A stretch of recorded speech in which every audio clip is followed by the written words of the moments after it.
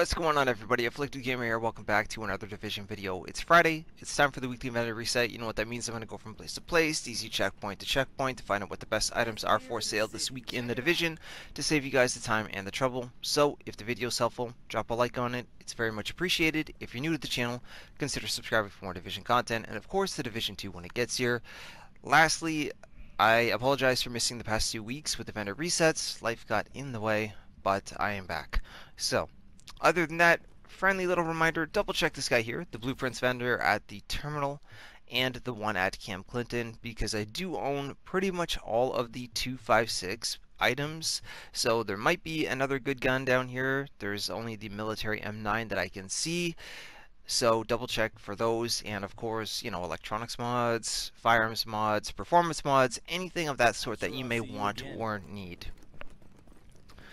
Alright, special equipment vendor, let's check out the exotics this week. Are they any good? Again, if you don't have all of them for the shield, the ones that are sold here at the vendors are only sold at the vendors. You won't get them out of caches or in the open world, so pick them up if the rolls are good and you still need them. And lastly, anyone new to the vendor resets, if the score is low on the weapon or piece of gear, but the talents are good, I still will recommend the item, but tell you to optimize it with Division Tech. So, Pahkan is not too bad, with 19% damage to targets out of cover with Destructive, Adept, and Pahkan. You could leave that as is, optimize it, and use it in PvE, or reroll it however you wish. The Cassidy is okay if you like to run the double Cassidy with Lone Star in PvE. You could, again, keep it as is, or reroll it. Liberator, I would say pass on. Historian, the headshot damage is very low. Ferocious, if you're a fan of it, if you're going to use the Historian in PvE, you could reroll Swift for something else and pick this up. Honestly, I would just wait though until a better one comes around. And other than that, I know most people like to see what is down here. It's not a terrible MG5 actually. You could pick it up if you wanted to. So I will quickly go over these items here. Rapid chest place again, if you're not a fan of Vigorous or Barrett's Bulletproof Vest, anything of that sort, you could make use out of this with a skill build, but I would just pass on this one. Only get it if you're desperate. The score is low and there is all resistance on there. But other than these items down here, I will only show you guys the best things that are for sale across the map. If you want to use Savage Gloves with a marksman rifle, go ahead and pick these up because you can roll the 1180 electronics into the stamina or firearm slot and then just optimize it.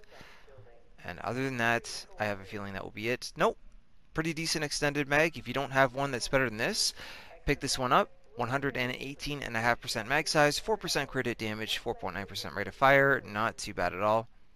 And that is everything downstairs. Alright, let's move on and only find the absolute best items. Alright, if you make your way down to Camp Hudson, there is one item for sale over here at the gear vendor. Prototype Performance Mod, 5% Ballistic Shield Damage Resilience Mod. 5% is a max roll, so if you're running builds like D3 FNC, absolutely grab a few of these and put them on your build. Next up is the Meat Locker Safe House, and he has one item for sale here, which is a Omega Rifle Suppressor Tan, 18% headshot damage, 4% crit hit damage, 3% crit hit chance with 44% reduced threat. For sure, grab a bunch of these and throw them on your level OCs, urban MDRs, your snipers, all that good stuff. If you make your way over to Camp Clinton, there are a few items for sale here. Again, don't forget to go ahead and double check the Blueprints vendor. I own everything, so I cannot see what's there. Then come on over to the special equipment vendor. The Pahkan is better here than the one at the terminal, in my opinion. 21% damage to targets out of cover with Unforgiving, Skilled, and Pahkan. Get rid of Skilled for anything else if you're choosing. Optimize it, and you have yourself a good Pahkan. Next, if you scroll on down to the mods, we've got a SR7 Suppressor. So if you're a fan of these, you can pick this one up. It's not too bad. 17% crit hit damage, 2.5% crit hit chance, 6% headshot damage, along with 43% reduced threat. And this I'm not really going to recommend, but somebody will probably point it out in the comments section if I leave it out. T2 Micro Red Dot Sight Tan. The percentages are just too low, so I don't recommend this, but if you're a fan, of course, go ahead and grab it if you want to. These fit on weapons like the House, the Showstopper, Hilder, Ear, things like that. 5.5% headshot damage, 2.5% crit chance, 4% crit damage. So I guess if you're brand new to the game and you're desperate, grab it. If not, absolutely, I would say pass. Don't worry, it happens. Over on the east side of town, down at the Ward Safe House, for those of you that have been looking for damage to elites mods, there's a pretty good one here. 205 firearms with 3% damage to elites. So pick it up while it's here. Don't miss out. Okay, moving into the dark zone now. That was everything for sale in the light zone. Your first stop will be at 5th Ave, and he has one item for sale. Prototype Performance Mod, 5% support station healing speed, 5% is a max roll. So if you use builds like Reclaimer or just the support station in general, absolutely pick up a few of these and put them on your build. Oh, you'll be back. Be back next Friday. Moving on up a couple of stops to West 34th Street, there are a couple of items for sale here. First up, if you really need one, there is a resourceful backpack you can pick up for a skill build. 1118 electronics, over 12,000 skill power. Disrupt resistances in the minor. You can reroll that for ammo capacity, but you will have to optimize it quite a bit. So only grab this if you need it, but the stats are all in the right places. So I would pick it up if I was desperate. And then there is a prototype performance mod with 2% pulse critical hit chance on it. 2% is a max roll, so if you like to stack up your crit chance at crit damage, you can get some of these and put them on your build. I'll be waiting when you're ready to deal.